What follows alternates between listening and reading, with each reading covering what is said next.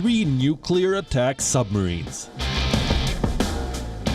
95% made in India.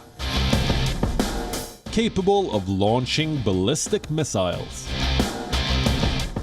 In a major boost to India's defense ecosystem, the government is considering a proposal to launch 3 indigenously built nuclear attack submarines.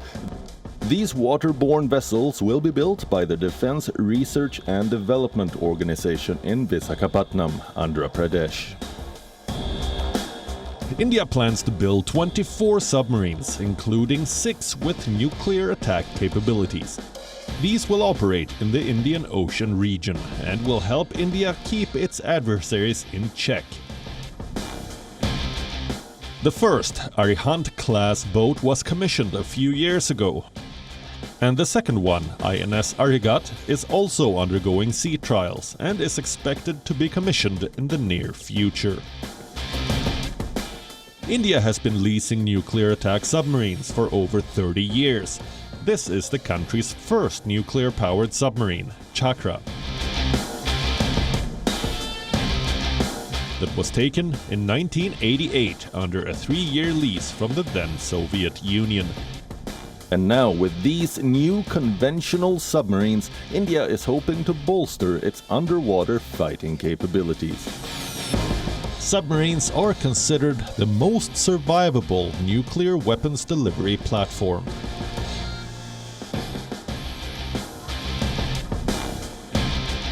These deadly vessels may ultimately dominate naval warfare. These can carry missiles that can hit targets hundreds of miles away. Finding enemy submarines is difficult. Radars or visual sensors can find ships above the water, but detecting submerged vessels is not as easy. Most submarines use sonar to track other vessels and can be tracked by the same technology. Some of these boats can remain submerged for as long as 6 months.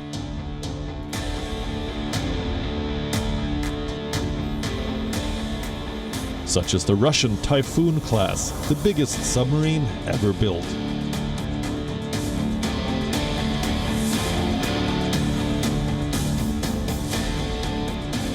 A number of countries are conducting submarine drills in the increasingly militarized Arctic region.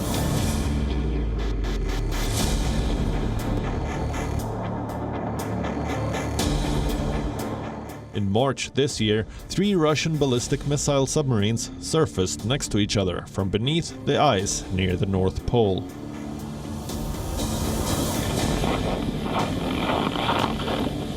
US Navy submarines also have a long history of operations in the Arctic, including under the ice, that covers much of the region. Although breaking through ice is a common feature of submarine exercises in the region, it is still considered a tricky maneuver.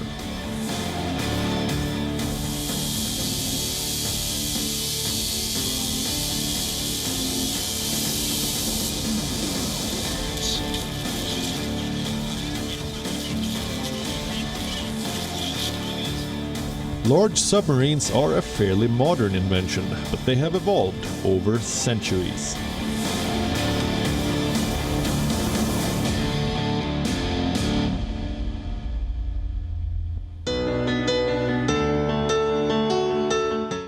The word submarine is derived from 2 morphemes, sub and marine. Sub is a prefix of Latin origin that means below or under, while marine originates from the Latin marinus, meaning belonging or related to the sea.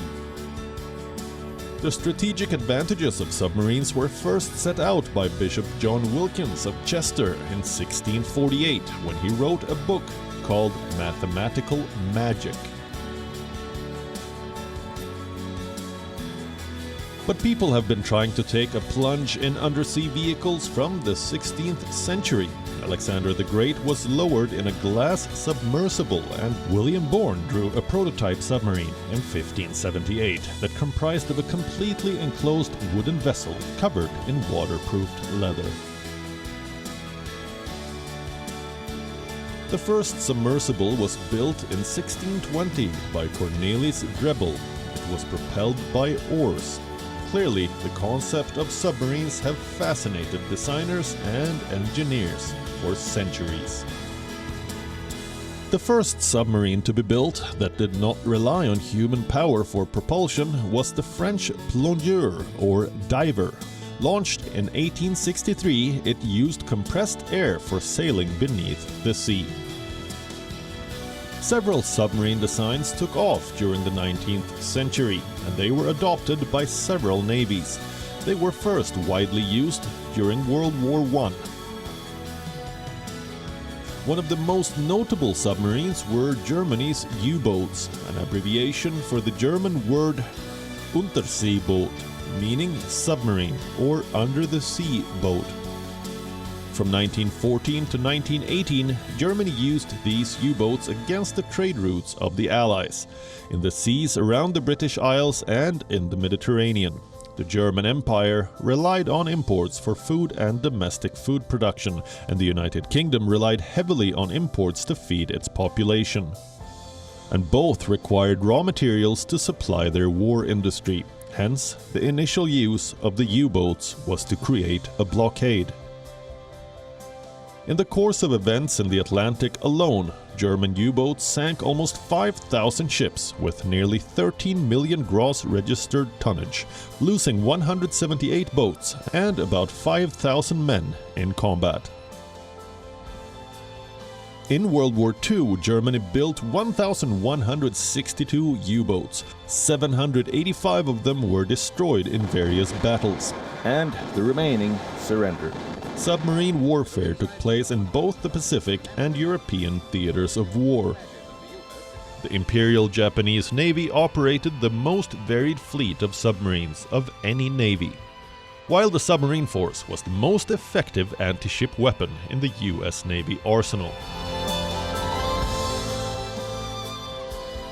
Submarines played a significant role during both world wars. They were used for attacking enemy surface ships, both merchant and military vessels.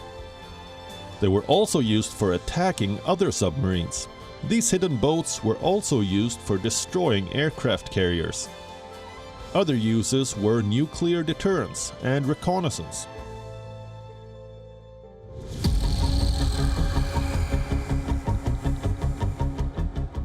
After the Second World War, submarine warfare almost ceased by 1945. We say almost because it saw limited use in several wars, such as the Korean War.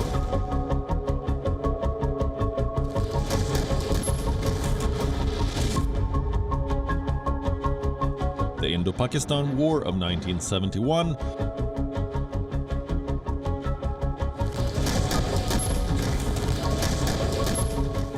and the Falklands War in 1982.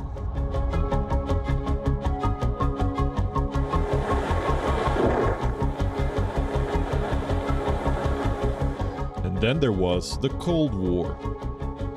For over 40 years, the United States and the Soviet Union played what was described as a cat and mouse game of detecting and even trailing enemy submarines.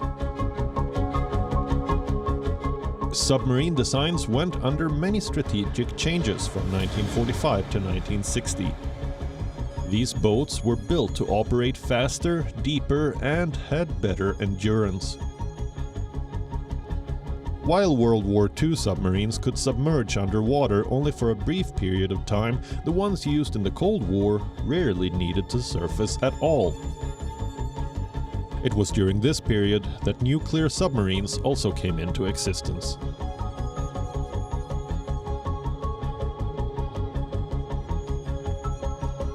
These nuke-powered submarines played a major role in the Cold War as underwater ballistic missile launch platforms.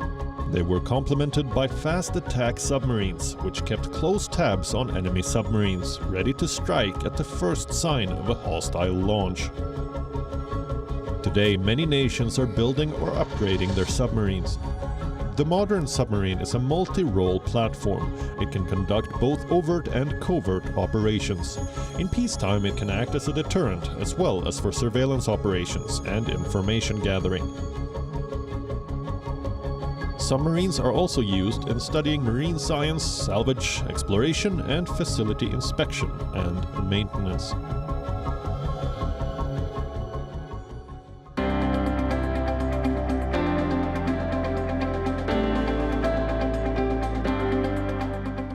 In 2012, Titanic director James Cameron conducted a solo submarine dive to the deepest location on Earth, Mariana Trench.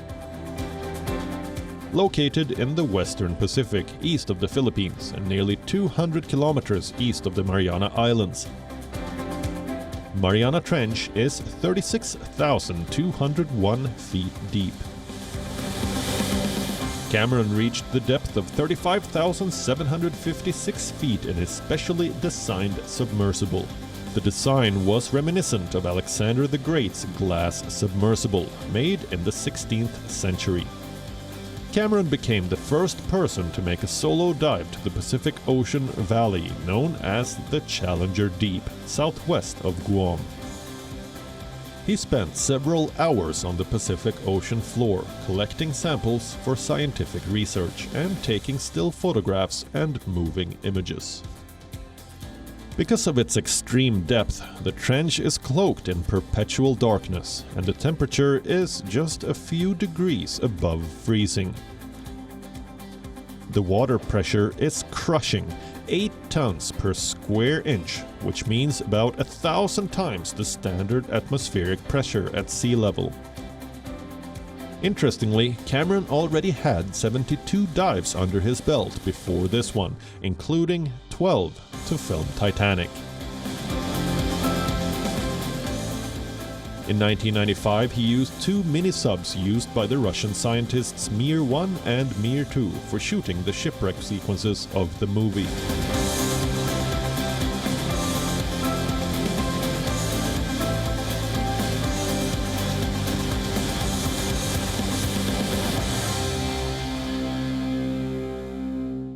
Submarines can also be modified to perform more specialized functions such as search and rescue missions or undersea cable repair. Submarines are also used in tourism and undersea archaeology.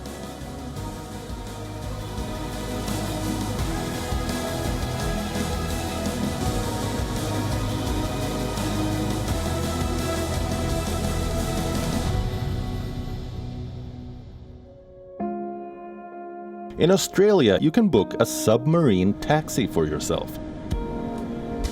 Some people in Queensland state can order a ride through the Uber app on a 2-person submarine and tour the World Heritage Site, the Great Barrier Reef.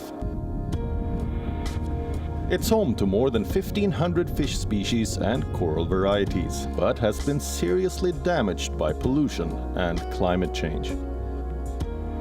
To create more awareness about the reef, the sub will take 2 passengers down to 20 meters below sea level and along designated dive paths, in partnership with environmental advocacy group Citizens of the Great Barrier Reef. A scuba booking includes a helicopter trip to the submarine's dive location and costs $1,030. Like Australia, Indonesia too is using these boats to offer a tour under the waves. In the eastern part of the Indonesian resort island of Bali, tourists wearing life vests are being taken to a submarine in the waters off Labuhan Amuk Beach in Karangasem. This is the Odyssey submarine that has been operating in these waters since 2005, and the operator, Submarine Safaris Asia, claims that this is the only tourist-friendly submarine in service in the country. Taking 36 passengers per dive, each visit lasts for about 45 minutes. I like diving myself, but just choose this one to have some, different experience, way to see the underwater world. Submarines face many perils of the deep, and accidents are more common than you might think. In a tragic event, the Indonesian Navy recently lost a submarine that sank off the coast of Bali on April 21st. All 53 sailors on board were killed. The military released this video showing the crew of the sunken vessel singing together in happier times.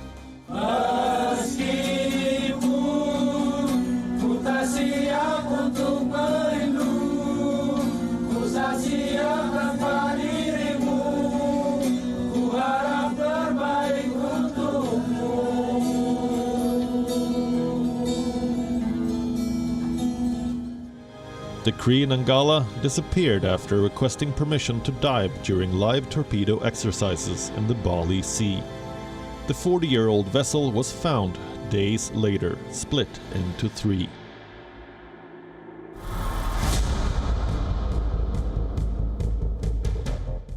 Submarines have a natural stealth advantage and unfortunately are also being used for criminal activities like drug trafficking. This is the sinister world of narco-submarines. Drug cartels in Colombia began to experiment with narco-submarines in the early 1990s. On March 20th this year, the Colombian Navy seized a narco-sub in the Pacific Ocean. It contained several packages of cocaine and was bound for the coast of Mexico. It belonged to an armed group of dissident FARC guerrillas. Narco-subs continue to pose a challenge for the Coast Guard and the Navy. Built deep within the Colombian mangroves, semi-submersible vessels smuggle tons of drugs from the Pacific Ocean to Central America, the US, or even across the Atlantic to Europe.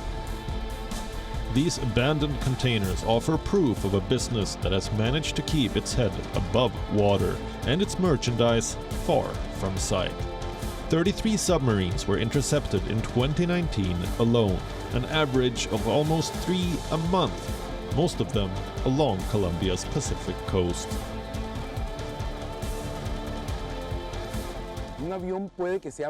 A plane may be much faster, and that is why it's used to transport merchandise that needs to arrive quickly to its destination.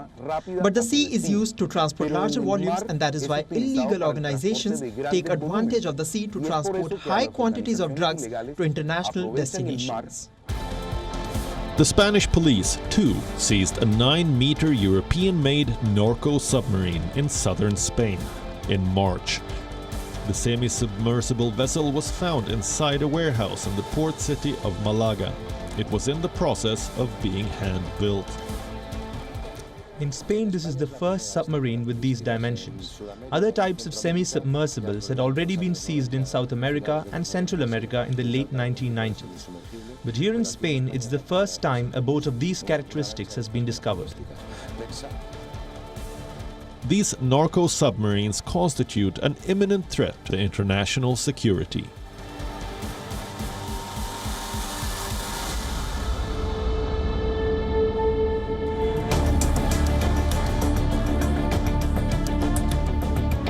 So where are countries heading with their submarine capabilities?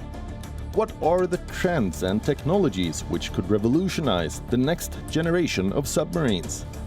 Experts say it's the artificial intelligence that will change the combat submarine fleet. Every country wants its submarines to be bigger, better, and faster. Let's look at this one. It's not as big as a conventional submarine, but it is unmanned and automatic. An autonomous underwater vehicle is nothing but a robot that travels underwater without requiring input from an operator. In military applications, an AUV is more often referred to as an unmanned undersea vehicle, or UUV. One such vehicle is this new generation mid-size AUV, A-18M, made for mine countermeasures. The underwater drone can operate autonomously in the close vicinity of the smart EST mines without triggering them, while keeping the crew out of danger. Due to its large endurance of up to 24 hours, it is able to host high-performance sonar payloads, such as synthetic aperture sonar, which provide unprecedented detection and classification performance. It is much less affected by waves than a surface ship or a towed system and provides high-quality underwater images. It can perform autonomous missions up to 300 meters in depth and is easy transportable by roads and plane for overseas missions. These AUVs are used for various commercial applications as well.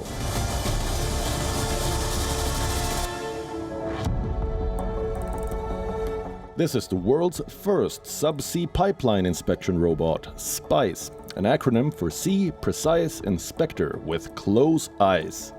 Developed by the Japanese company Kawasaki, the underwater vehicle is under development. It combines the technologies of a submersible vessel and a robotic arm to provide a stable supply of energy to the world. It will monitor and inspect oil pipelines laid under the 3,000-meter deep ocean. By providing enhanced data quality for quick repairing, AUVs can help reduce expenses for the maintenance of oil pipelines.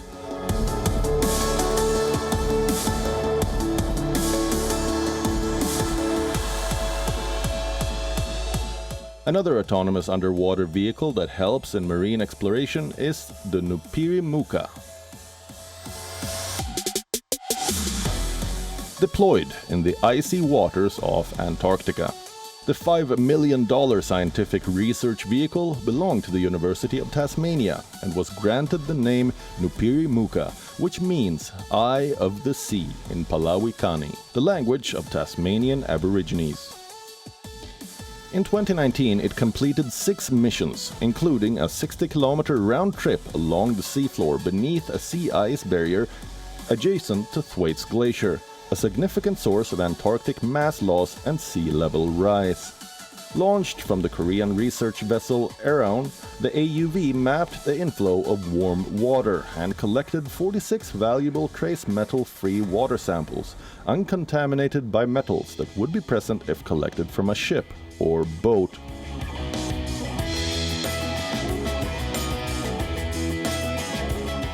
The autonomous underwater vehicle market is experiencing a boost with regular developments and innovative initiatives. Its market was valued at $412.93 million in 2019 and is expected to reach $1,523.29 million by 2025. According to several analysts, the increasing capital expenditure of companies in the offshore oil and gas industry and rising defense spending of countries worldwide are the 2 factors responsible for the growth of the autonomous underwater vehicle market. In 1870, French author Jules Verne published his science fiction 20,000 Leagues Under the Sea. He wrote about a ship, Nautilus, that could dive beneath the waves and surface again when it wanted. These boats have a long and storied history, and as for the future, let's just say the sea is the limit.